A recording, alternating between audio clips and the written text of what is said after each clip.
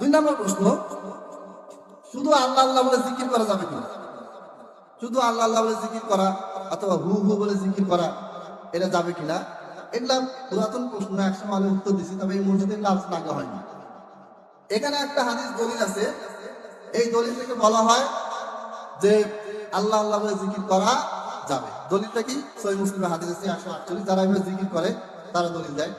হাদিসটা হচ্ছে লা তাকুমুস সাআহ, কিয়ামত ততদিন পর্যন্ত সংঘটিত হবে না, হাত্তা লা ইউকানা ফিল আরদ আল্লাহ আল্লাহ, যতদিন পর্যন্ত জমিনে মানুষ আল্লাহ আল্লাহ বলবে ততদিন পর্যন্ত কিয়ামত সংঘটিত হবে না। হাদিসটা সহিহ, কথা ঠিক আছে, এটা সহিহ মুসলিমের হাদিস 148 নম্বর। এখন এইখান থেকে কিছু মানুষ দলিল নিয়েছেন যে আল্লাহ আল্লাহ বলে জিকির করা যাবে।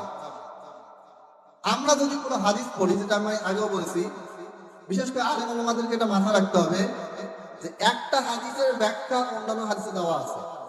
ওই বিষয়ে যে কোনো বিষয়ে ফতোয়া দিতে গেলে ওই বিষয়ে সবগুলি হাদিস জমা করতে হবে, এরপরে আপনাকে ফতোয়া দিতে হবে।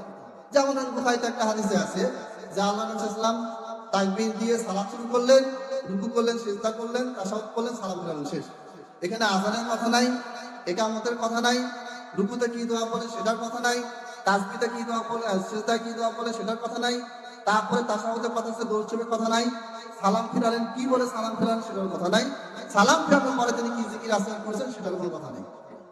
এখন আমি যদি বলি যে হ্যাঁ আল্লাহ নবী সাল্লাল্লাহু আলাইহি ওয়াসাল্লাম কোনো আমল করেনি, আযান দেন, ইকামত দেন, ডাইরেক্ট তাকবীর দিয়ে নামাজ শুরু করছেন, তারপরে রুকু করছেন, তারপরে সিজদা করছেন, সিজদাও দুটোর কথা নাই, একবারে কথা আছে, মানে শুধু সিজদার কথা আছে, দুইবার কথা উল্লেখ নাই, তাহলে আমি যদি সিজদা একটা সিজদা দিব বা দুইটা দিব, তারপরে তাশাহুদ করব, সালাম ফিরাবো, হয়ে যাবে। যে মনে করেন ভুল হয়ে যাবে, কারণ ওই হাদিসে এটা সংক্ষেপে বলা আছে, অন্যান্য হাদিসে এটা কি করা আছে, বিস্তারিত ভাবে বলা আছে। অর্থাৎ আল হাদিসু তুফাসসিরু বা'দুহা বা'দান, একটা হাদিস একটা হাদিসে কি করে, ব্যাখ্যা করে।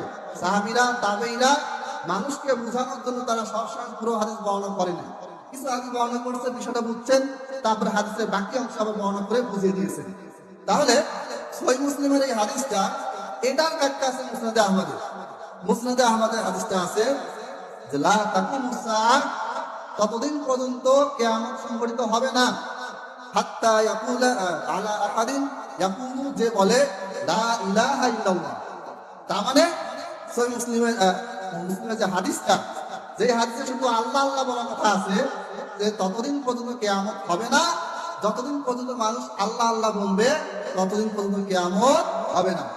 এইটারই ব্যাখ্যা আমার মুসনাদে আহমদে আছে, সেখানে স্পষ্ট বলা আছে ততদিন পর্যন্ত কিয়ামত হবে না, যতদিন পর্যন্ত মানুষ লা ইলাহা ইল্লাল্লাহু এটা কালিমাটা পাঠ করবে, বলবে, ততদিন কি হবে না, কিয়ামত হবে না। অন্যান্য আরো হাদিস আছে যেখানে বলা হয়েছে মুমিন ব্যক্তির উপরে কখনোই কিয়ামত সংঘটিত হবে না। কিয়ামত সংঘটিত হওয়ার আগে সমস্ত মুমিনকে আল্লাহ তাআলা দুনিয়া থেকে সরিয়ে নেবেন। এরপর যারা কাফের, মুশরিক, বেঈমান থাকবে, মুনাফিক থাকবে, তারা দুনিয়াতে তারা অপকর্ম করতে থাকবে, তাদেরকে কেউ বাধা দিবে না। আল্লাহ তাআলা কিছুদিন তাদেরকে একবারে স্বাধীনভাবে ছেড়ে দিবেন, এরপরে তাদের উপরে কিয়ামত সংঘটিত হবে। তাহলে সমস্ত হাদিস থেকে বোঝা গেল যে যতদিন পর্যন্ত লা ইলাহা ইল্লাল্লাহ এইটা বলার মতন মানুষ জীবিত থাকবে, যতদিন পর্যন্ত কালিমা শাহাদাত, কালিমা তাইয়্যিবা পাঠ করার মতন ব্যক্তি এই পৃথিবীতে জীবিত থাকবে, ততদিন পর্যন্ত কি হবে না, কিয়ামত হবে না। এইখান থেকে একদল হুজুর দলিল নিয়ে এসেছেন যে আল্লাহ আল্লাহ বলে জিকির করা যাবে। এখানে জিকির আজকারের কথা কিছুই বলা হয়নি। এরপরে আমরা যদি ইমাম আবু হানিফা রাহিমাহুল্লাহ সমস্ত ফতোয়া, তার যে আমল আখলাক সবকিছু দেখি, তাহলে ইমাম আবু হানিফা রাহিমাহুল্লাহ কোনদিন এইভাবে জিকির করার কোনো ফতোয়া দেন না। বাকি তিন মাযহাব, ইমাম মালিক রাহিমাহুল্লাহ, ইমাম শাফিঈ রাহিমাহুল্লাহ, ইমাম আহমদ বিন হাম্বল রাহিমাহুল্লাহ আজমাইন, এরপরে আরো যত বড় বড় ইমাম আছেন, ইমাম আহমদ বিন হাম্বল, ইমাম সুফিয়ান সাউরি, ইমাম সুফিয়ান বিন ওয়াইনা, এই সমস্ত বড় বড় তাবেঈন যারা আছেন, তাউস, মুজাহিদ, আতা, নাম বললে অনেক বলা যাবে, তারা কেউই এইরকম কোন ফতোয়া দেন নাই এই হাদিস দিয়ে যে শুধু আল্লাহ আল্লাহ অথবা হু হু বলে জিকির করা যায়।